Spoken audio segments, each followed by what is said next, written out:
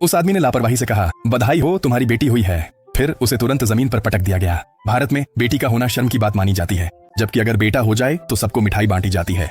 यह आदमी वाकई बदकिस्मत था। उसकी पत्नी ने लगातार 3 बेटियों को जन्म दिया। चौथे बच्चे के लिए वह उम्मीद कर रहा था कि बेटा होगा। उसने अपने गांव के हर जानकार से मिन्नतें की। जब डिलीवरी का समय आया तो पूरा गांव उससे भी ज्यादा बेचैन था। सबको उम्मीद थी कि बच्चा बेटा होगा ताकि तारीफ मिल सके, लेकिन नतीजा फिर भी बेटी ही निकली। इस आदमी का नाम महावीर है। वह भारत का एक मशहूर पहलवान था जिसने 19 साल की उम्र में राष्ट्रीय चैंपियनशिप जीती थी, लेकिन उसे अपना सपना दफनाना पड़ा जब उसके पिता ने उसे खेत में काम करने के लिए कह दिया। पहले वह उम्मीद करता था कि अपने बेटे को कुश्ती का चैंपियन बनाएगा, लेकिन उसके यहाँ तो 4 बेटियां ही हुई। फिर एक दिन उसने देखा कि उसकी दोनों बेटियां लड़ाई में लड़कों को हरा रही हैं।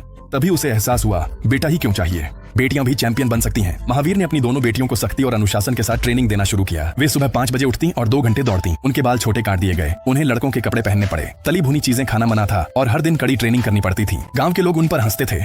उनकी मां को चिंता थी कि दोनों बेटियां कभी शादी नहीं कर पाएंगी और बेटियां भी उस सख्त जिंदगी से नफरत करने लगी थीं। लेकिन जब उसकी दोस्त की 14 साल की उम्र में जबरन शादी हुई, जिसे जीवन भर के लिए सिर्फ बच्चे पैदा करने और खाना बनाने के लिए मजबूर किया गया, तब वे अपने पिता के कठोर प्यार को समझ पाईं। वह उन्हें एक अलग भविष्य देने की कोशिश कर रहे थे। उनकी बड़ी बेटी गीता ने असाधारण प्रतिभा दिखाई। उसने स्थानीय, क्षेत्रीय, यहाँ तक कि राष्ट्रीय टूर्नामेंट भी जीते। गीता नेशनल टीम में शामिल हो गई और खेल अकादमी में प्रशिक्षण लेने लगी। आखिरकार उसने अंतर्राष्ट्रीय स्तर पर मुकाबला किया, लेकिन अपने पिता की कड़ी अनुशासन के बिना गीता लापरवाह होने लगी। उसने अपने बाल लंबे कर लिए, नाखून रंगने लगी, फिल्में देखने लगी और इंस्टेंट खाना खाने लगी। एक दिन जब वह घर लौटी तो वह अपने पिता को हरा सकी। वह बहुत ज्यादा आत्मविश्वासी हो गई। जल्द ही वह अंतर्राष्ट्रीय मंच पर हार गई।